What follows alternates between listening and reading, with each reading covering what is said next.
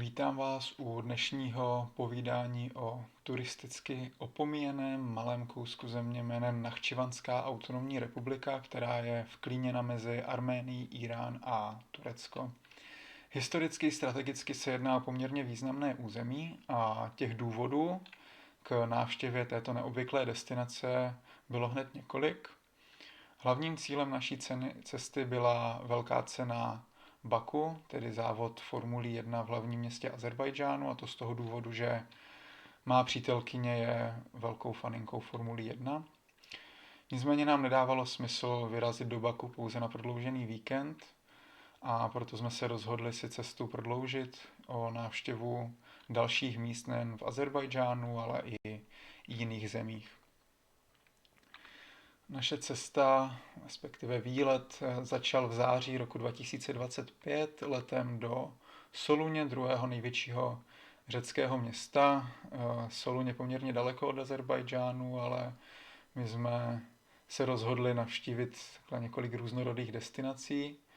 Nicméně o Soluni a dalších cestách po Řecku si řekneme víc v jiném povídání, kdy dám dohromady několik jednotlivých cest do Řecka, ale to až v době, kdy úspěšně zdolám nejvyšší vrchol Řecka, tedy Mount Olympus, tak poté vypublikuji tady celé povídání o těchto cestách po Řecku.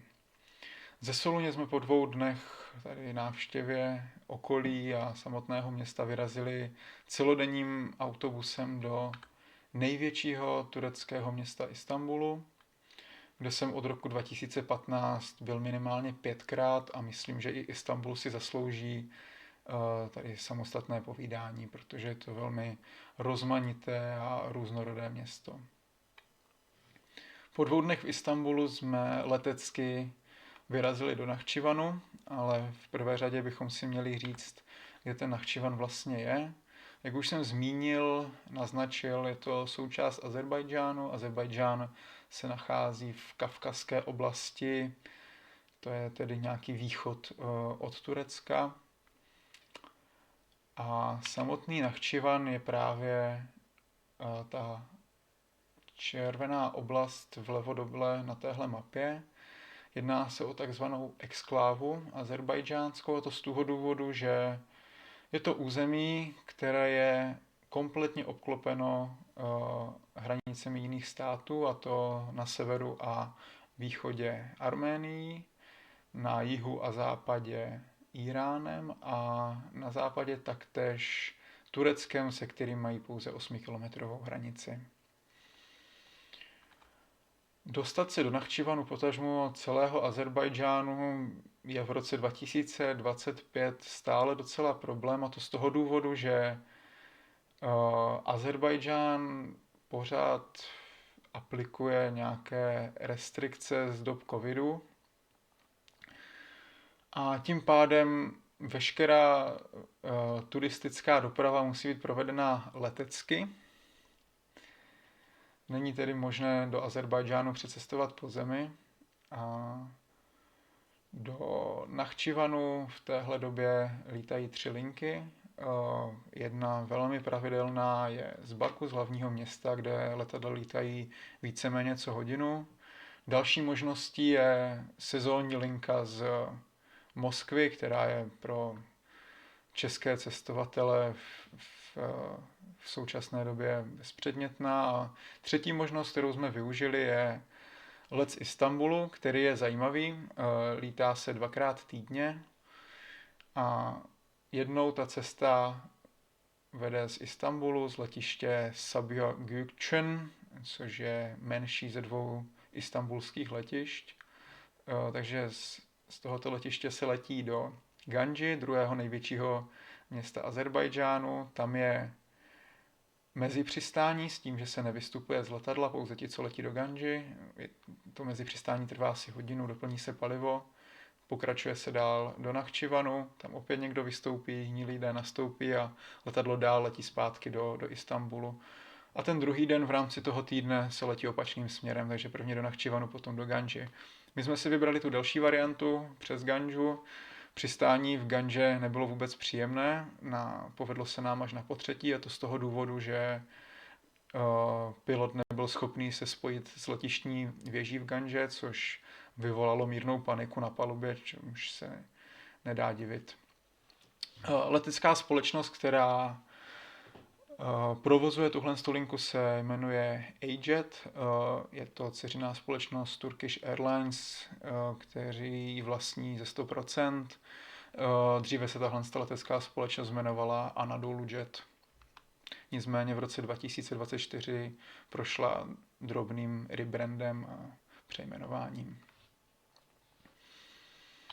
No a my už jsme tady po tady trablích v Gandže úspěšně přiletěli do Nachčivanu, což bylo možná 20 až 30 minut. Tohle už je mezinárodní letiště v Nachčivanu, kde nás vystoupilo z celého letadla asi 15 a my jsme byli jediní, kdo nebyli Azerové nebo Turci. Do Azerbajdžánu jakožto čeští turisté potřebujeme víza, nicméně se dají vyřešit velmi jednoduše online. Celý proces zabere asi 3 dny a poplatek je nějakých $30, v přepočtu je asi 700 korun. Samotná pasová kontrola víz by netrvala dlouho, nicméně já mám v pase razítka z Arménie a jak možná někteří z vás víte, tak Azerbajdžán je s Arménií možná, to rychle spočítám, přes 40 let v válečném konfliktu.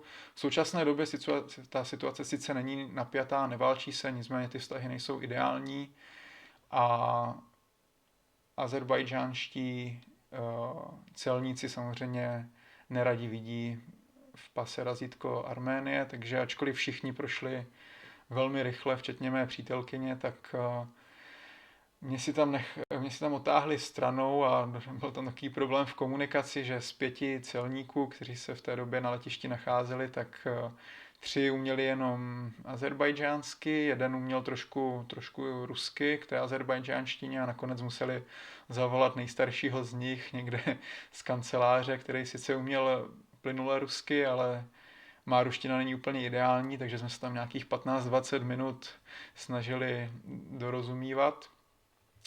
Víceméně si mě ptal na veškeré detaily o mé cestě do Arménie, kde jsem byl, jaká místa jsem navštívil, jak dlouho trvala cesta, s kým jsem se tam bavil, jestli tam mám nějaké kontakty, a byl to takový drobnější výslech.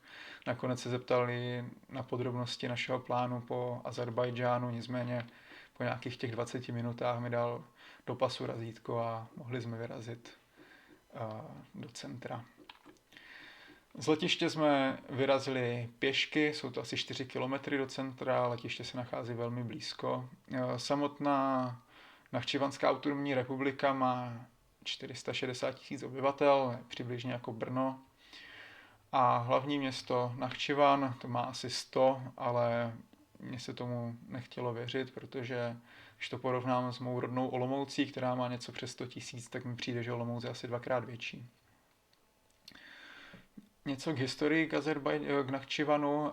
Nachčivan ležel na jedné z větví hedvábné stezky, což potvrzuje právě ten historický strategický význam, který sice už je s postupem času slabší a slabší, ale neoddiskutovatelný. A mezi ty významné dopravní obchodní uzly právě patřil již zmíněný Nachčivan a další historické město Ordubad. Když je nějaká oblast strategicky významná, tak logicky oni historicky mají zájem různí aktéři. Vystřídalo se tu několik mocností, ať už to byla Perská říše, Carské Rusko, Osmanská říše, případně i krátce Britové. Nicméně posledních cca 100 let, od roku 1921, patří Nachčivan definitivně k Azerbajdžánu. V té době se dnešní Turecko a tehdejší sovětské Rusko dohodli, že to bude autonomní oblast, což platí dodnes, bude součástí Azerbajdžánu a Turecko se zaváže tuhle oblast nějakým způsobem chránit. A když se vrátím k naší cestě pěšky z letiště do centra, tak jsme okamžitě narazili tady na široké bulváry, které jsou všude po městě. Můžete narazit i na tady umělé skalky na kruhových objezdech a samozřejmě v této oblasti, v těchto zemích jsou vždy všude monumentální vlajky. Nachčivan, ale i zbytek Azerbajdžánu je poměrně autoritářský. Nazval bych to jako policejní stát. Samotný Nachčivan je izolovaný, to už jsme si řekli, silně centralizovaný a tohle potvrzuje tady ta místní architektura, celá výstavba. Většinou tady v tomhle typu zemí je vše takové honosné, široké, monumentální, ale na druhou stranu i prázdné a neobydlené. Tohle je místní výstaviště, hned za ním se nachází tady lokální Luna Park a hned vedle něho byl největší supermarket a supermarket je vždycky zajímavý. Tenhle a všechny ostatní v celém Nachčivanu byly pěkné, čisté, uspořádané a bylo v nich spousta zboží.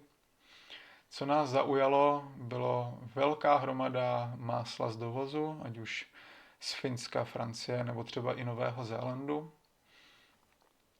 Dále i tady turecký vliv, tomuto se říká ajran, je to takové slané mlíko s jogurtem smíchané dohromady a jelikož Azerbajdžán je silným spojencem Turecka, jsou to určitě nejvíc spřátelené země, tak nejenom takhle diplomaticky, ale i kulturně a v oblasti té gastronomie.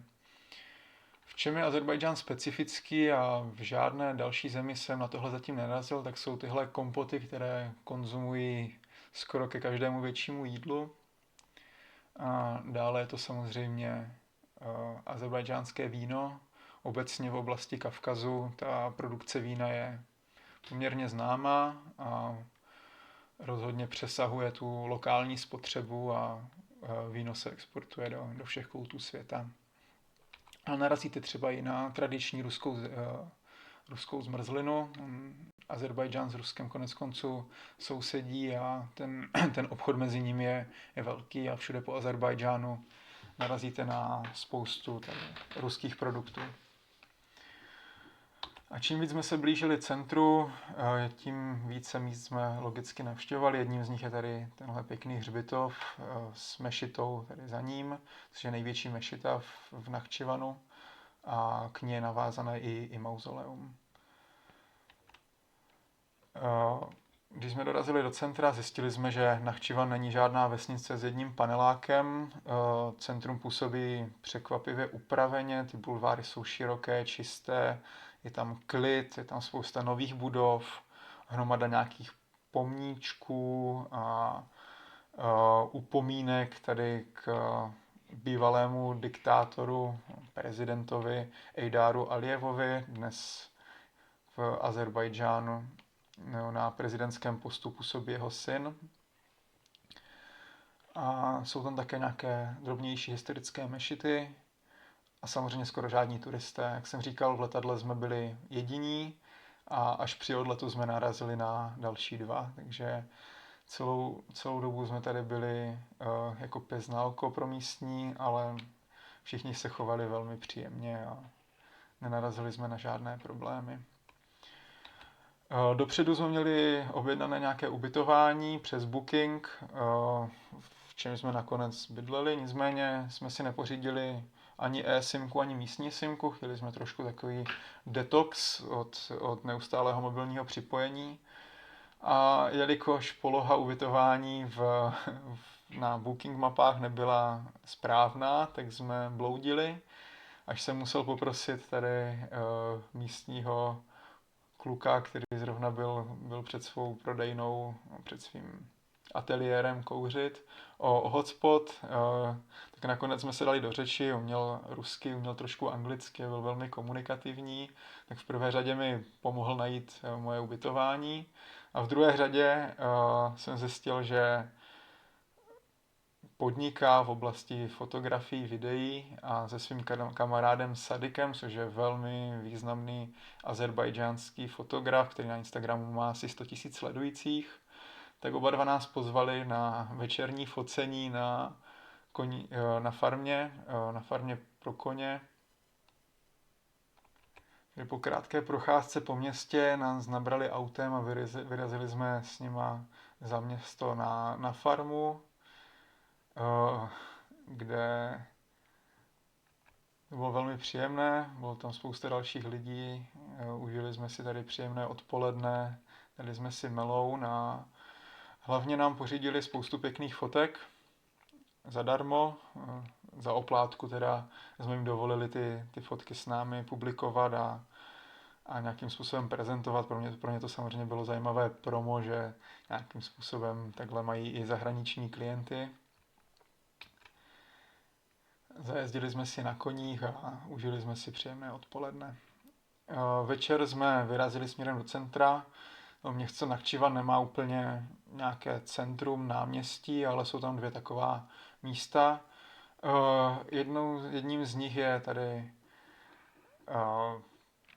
hamám nebo lázně, bývalé lázně před hotelem Tabriz, který je určitě největší v Nakhčivanu. Tak jsme ze zvědavosti vlezli tady do podzemí z těch lázní, které už nefungují, ale je z nich příjemná čajovna.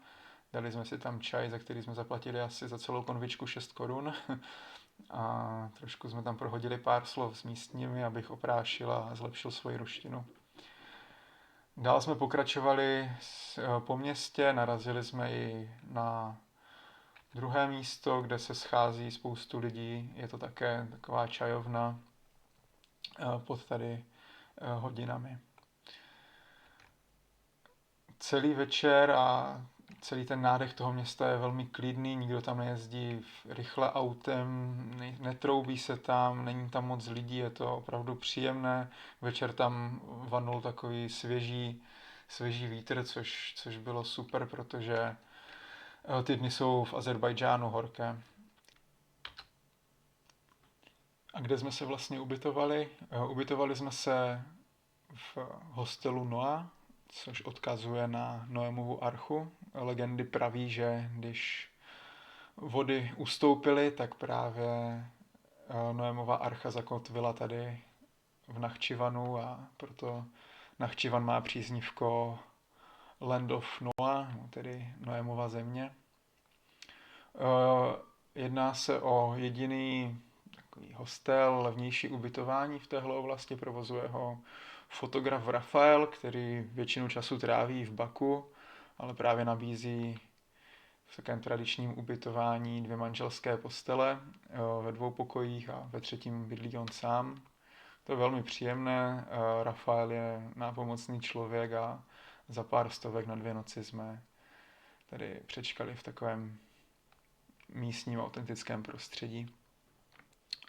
V ubytování jsme nebyli sami, narazili jsme na otce se synem, kteří byli z Azerbajdžánu a do Nakhčivanu vyrazili na 2 týdny z důvodu léčení respiračních onemocnění. A jsme se s nimi dali do řeči a protože oba uměli anglicky, tak jsme se dozvěděli spoustu informací a hlavně nás vzali do dalších koutů města. Vyrazili jsme na tržiště, kde jsme si nakoupili výborné hrozny za nějakých 8 korun za kilo. Tam prodávají opravdu sladoučké, excelentní hrozny a obecně z téhle oblasti se exportují všude možně, třeba i do Česka. A veškeré ovoce se neprodává jenom na tržišti, ale třeba i takhle tak u cesty v autě. Tradiční aktivitou v celém Azerbajdžánu a obecně na celém Kavkaze jsou stolní hry, ať už jsou to šachy, domino, dáma, ale i jiné. A místní, převážně starší muži to hrají od rána do večera všude možně, kde je stín. A jak už jsem zmínil, že naši tady spoluhosté v ubytování se jeli léčit s respiračními onemocněními. Nachčivan mimo jiné je známý takzvaný DUSDA salt mines, což jsou solné doly, kde vytvořili asi 300-metrové tunely právě tady z důvodu těch rekreačních nebo ozdravných pobytů. Ty samotné pobyty trvají poměrně dlouho, respektive je doporučené tam být dlouho. Jsou tam i, tak bych řekl, hotelové pokoje v tom dole, kde se dá přespat, takže ten standardní režim je, že na tu léčbu nastoupíte, každý den tam jste několik jednotek hodin přes den a poté stupňujete tu délku a samozřejmě je výhodné tam přijet na večer, celou noc tam přespat, strávit tam nějakých 10 hodin a potom třeba během dne cestovat po okolí. Z dolů solných, které jsou asi 20 minut od města, jsme vyrazili zpět, kdy jsme navštívili další starší mešitu. Dovolili nám jít i jakožto nemuslimům dovnitř. Bylo to moc pěkné. Po návštěvě zbytku zajímavých míst ve městě jsme vyrazili půl hodiny na sever od Nachčivanu, kde se nachází takzvaná Alija Kaleši. Někdy se tomu taky říká Machu Picchu v Azerbajdžán. Je to bývalá pevnost, jejíž historie sahá až do středověku, někdy do 12. 15. století. V dnešní době tam pevnost nestojí, stojí tam pouze zrekonstruovaný půdorys za základy pevnosti. Nicméně nahoru vede 1500 příjemných schodů a takhle tak už vypadá ten vršek. Výhledy jsou úžasné. Oproti Machu Picchu tam nejsou žádní turisté, za celou dobu jsme potkali asi 4-5 lidí. Víceméně jsme celou pevnost měli pro sebe, tak jsme si tady užili západ slunce. Mohli jsme se volně pohybovat po všech tady těch stezkách a půdorysu. A nakonec jsme slezli dolů a zpět jsme se snažili stopovat s touhle krásnou scenérií při západu. Stopování trvalo poměrně dlouho, protože ta doprava tam nebyla frekventovaná, ale nakonec měli štěstí a jeden místní děda nás hodil až do Nachčivanu. Další a poslední den ráno už jsme vyrazili na poslední zbytky ve městě. Tady touhle fotkou chci doložit, že i západní trendy se dostávají do takhle zapomenutých oblastí, jako je Nachčivan, a i zde můžete dostat standardní kávu a nějaký zákusek tady v kavárně, potažmo cukrárně. Vyrazili jsme na fotbalový stadion a kolem poledne na letiště, kde jsme pokračovali letem do Baku.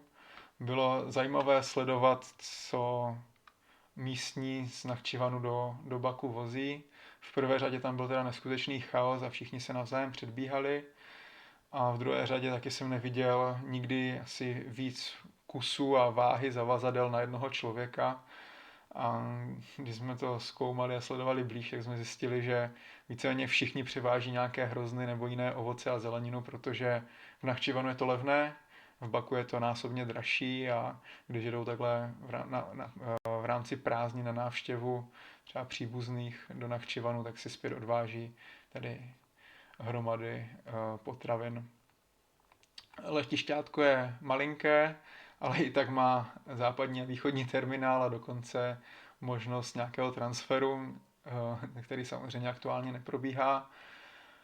A jelikož do Baku se jedná o vnitrostátní let, tak tam není ani žádná pasová kontrola, pouze kontrola letenky a víceméně i s odbavením zavazadla, které je konec konců v ceně letenky. Celý proces zabral asi půl hodiny a my už jsme nasedli na letadlo a tady ještě s posledním výhledem na oblast Nachčivanu a okolních hor odlítáme asi 40-minutovým letem do Baku.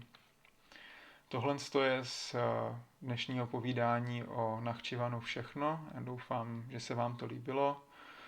Pokud třeba máte nějaké další informace, o které byste se rádi podělili se mnou nebo dalšími posluchači, tak neváhejte je napsat do komentářů a těším se na vás třeba příště při dalším povídání, ať už o zbytku Azerbajdžánu nebo jiných mých cestách.